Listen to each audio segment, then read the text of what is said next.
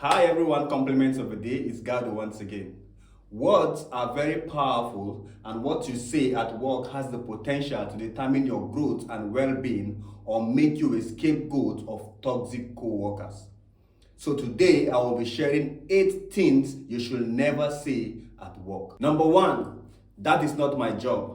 Sometimes your boss or supervisor may ask you to do something that is either beneath your position or simply not related to your job description. And when you say things like, "it is not my job," you are calling yourself out as somebody who is not a team player. So rather than dwelling on the nuisance of doing something you don't think is your responsibility, think of it as an opportunity to show your versatility and willingness to cooperate. Number 2, I can't stand my boss. It's easy to think your co-workers are on your side, but you never know when you will let your weakness or negative feelings seep out to the wrong person. And when this happens, you'll be amazed how fast this information will get to your boss.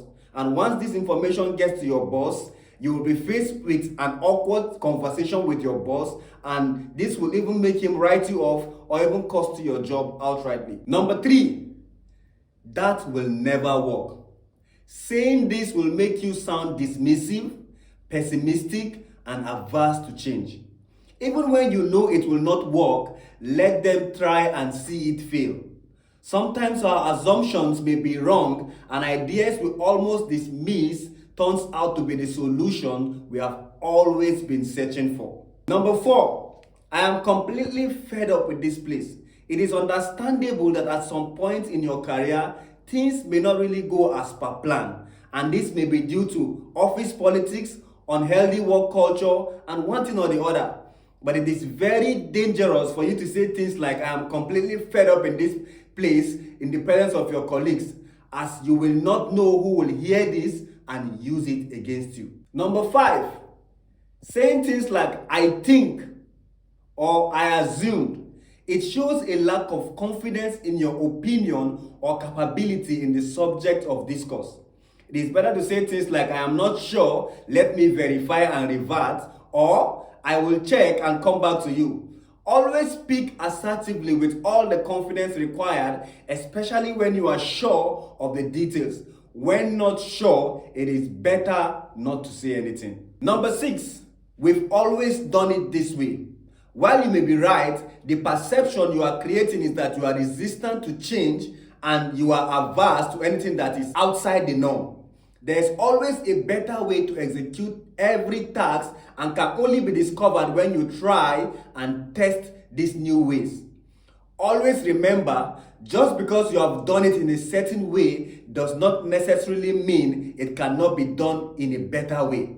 Number 7, I'll try. Saying "I'll try" is basically the same thing as saying "I cannot do it."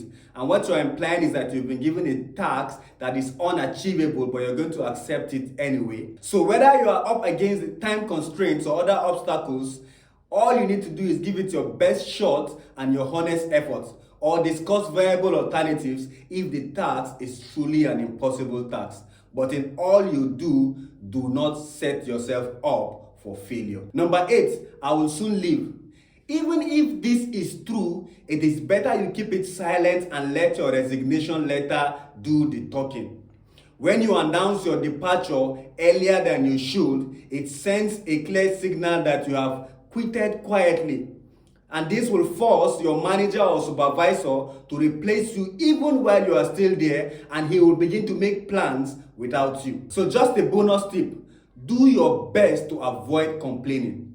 Complaining about your boss, co-workers, salary, or even your company will do you more harm than good. So instead of complaining, take practical steps to change or break free from that situation you do not like. If you find these tips valuable, please like, share with your friends, and don't forget to hit the subscribe button. See you next time.